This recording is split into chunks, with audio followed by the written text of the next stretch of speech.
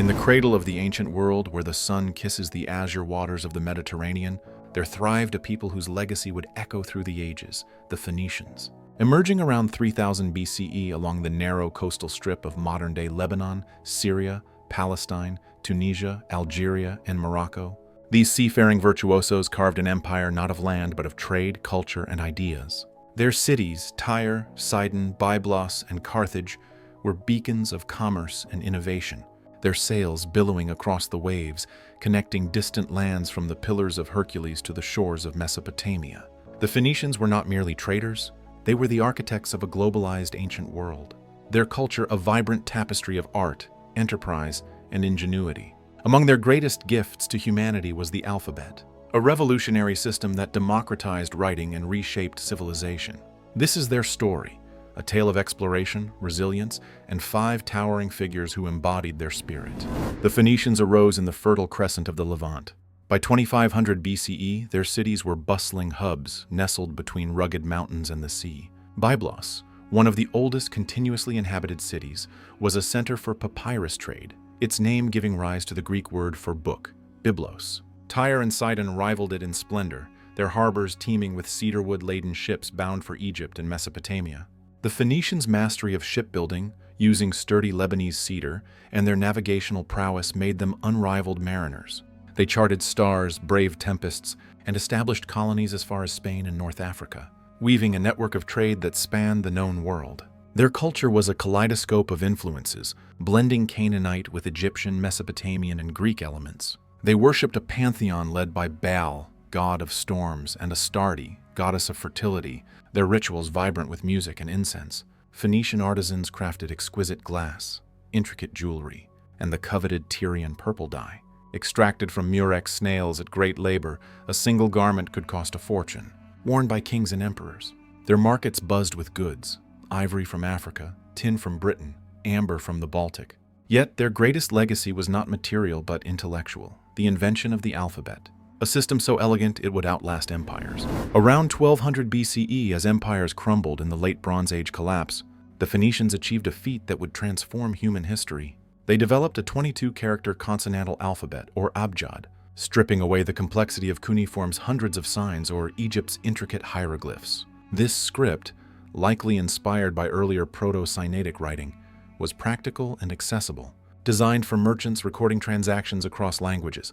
Each symbol represented a sound, a radical simplification that allowed scribes, traders, and even common folk to read and write. Byblos, a hub of scribal activity, likely played a key role in its refinement. The Phoenician alphabet's genius lay in its adaptability. Unlike pictographic systems tied to specific languages, it could be molded to suit any tongue. The Greeks adopted it by 800 BCE, adding vowels to create the first true alphabet, which birthed the Latin script used today. From Phoenician aleph and beth came Greek alpha and beta, and thus our word alphabet. This innovation democratized literacy, enabling laws, literature, and ideas to flourish across cultures. Every book, every inscription, every email owes a debt to the Phoenicians' ingenuity, a gift that transcended their city's walls. To the Phoenician story is to honor its luminaries, 5 figures whose lives illuminate their civilization's brilliance. King Hiram was the architect of Tyre's golden age, transforming it into a maritime superpower. His reign saw Tyre's harbor expanded, its walls fortified, and its trade routes extended to Cyprus, Egypt, and beyond. Hiram's alliance with King Solomon was legendary. Phoenician cedar and craftsmen helped build the first temple in Jerusalem, while Solomon's ports facilitated Tyre's commerce. Hiram's diplomatic acumen and architectural vision made Tyre a jewel of the Mediterranean, its temples and palaces adorned with gold and ivory. His legacy is a testament to Phoenician enterprise, blending commerce with cultural exchange.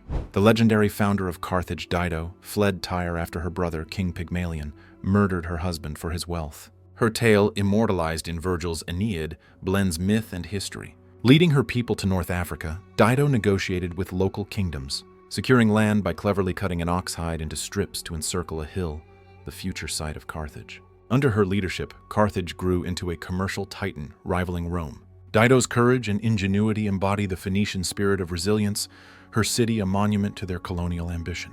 As king of Sidon, Ithobal strengthened Phoenician influence through strategic alliances and naval dominance. His daughter Jezebel's marriage to King Ahab cemented ties between Sidon and Samaria, spreading Phoenician culture and religion. Ithobal's reign saw Sidon flourish as a center of glassmaking and dye production, its artisans renowned for their skill. His political savvy ensured Phoenician cities thrived amid regional powers like Assyria, showcasing their diplomatic finesse. Hanno, a Carthaginian explorer, embarked on a daring voyage along Africa's west coast, recounted in the Periplus of Hanno. Leading a fleet of 60 ships, he founded cities and traded with African kingdoms, possibly reaching modern-day Senegal or Cameroon. His journey, recorded in Punic, the Phoenician dialect of Carthage, reflects the Phoenicians' insatiable curiosity and maritime prowess. Hanno's explorations expanded their trade network, bringing exotic goods like gold and ivory, and his account remains a treasure of ancient geography. Brother to Dido, Pygmalion's reign is shrouded in legend but pivotal to Phoenician history.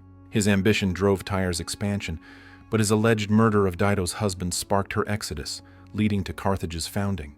Pygmalion's rule saw Tyre's commerce flourish, its ships reaching Spain's silver mines. His story, blending triumph and tragedy, underscores the Phoenicians' complex legacy, ruthless in pursuit of power, yet catalysts for cultural diffusion. The Phoenicians were not conquerors like the Assyrians or philosophers like the Greeks. Their empire was one of influence, woven through trade and ideas. Their cities were cosmopolitan, their people multilingual, negotiating with Hittites, Egyptians, and later Greeks. Their art, blending Eastern and Western motifs, adorned temples and tombs, from Sphinx-inspired carvings to delicate ivory plaques. Their glass-blowing techniques, perfected in Sidon, produced beads and vessels traded as far as India. Tyrian purple, a symbol of royalty, colored the robes of Persian kings and Roman senators, its hue a testament to Phoenician craftsmanship. Religion shaped their identity, with temples to Melkart, Tyre's patron god, and Astarte drawing pilgrims. Phoenician sailors offered prayers to Baal Hammon before voyages, their ships adorned with horsehead prows symbolizing divine protection. Their colonies, from Utica to Lixus, spread their gods' art and alphabet, creating a cultural diaspora.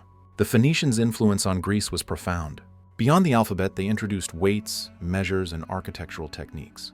The Greek city-states, inspired by Phoenician trade, adopted their ship designs, like the trireme and their myths with Adonis rooted in the Phoenician Adon. Carthage, their greatest colony, challenged Rome in the Punic Wars, its generals like Hannibal wielding Phoenician strategy. Even after Carthage's fall in 146 BCE, Phoenician blood flowed in Mediterranean veins, their legacy enduring in language, trade, and exploration.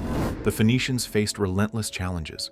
Assyria's rise in the 9th century BCE brought tribute demands, yet cities like Tyre resisted, their island fortress defying sieges. Alexander the Great's conquest of Tyre in 332 BCE, after a 7-month siege, marked a turning point, scattering Phoenician influence further through his empire. The alphabet spread, adapted by Etruscans, Romans, and Hebrews, its simplicity enabling the Torah, the Iliad, and Roman law. Their resilience lay in their adaptability. When Egypt declined, they traded with Greece. When Assyria pressed, they sailed west. Their colonies were not mere outposts, but vibrant extensions of their culture. From the silver mines of Iberia to the markets of Sicily, they navigated the politics of empires, balancing tribute with autonomy, their merchants thriving in the shadow of conquerors. As the sun set on Phoenician cities, their light never faded. By the time Rome razed Carthage, the alphabet had taken root across the Mediterranean, a silent revolution that outlived marble and bronze. Today, every letter you read descends from their script, a thread connecting modernity to a Byblos scribe's stylus. Their trade routes laid the groundwork for globalization, their colonies the blueprint for cultural exchange. From the purple cloaks of emperors to the navigational daring of Hanno, the Phoenicians shaped a world they could scarcely imagine. Their culture, vibrant, inventive, cosmopolitan, reminds us that greatness lies not in conquest but in connection. They were the weavers of antiquity, their ships stitching continents, their alphabet binding tongues. In Tyre's ruins, Sidon's glass, Carthage's harbors, and the letters on this page, the Phoenicians live on, their saga a testament to the enduring power of human ingenuity.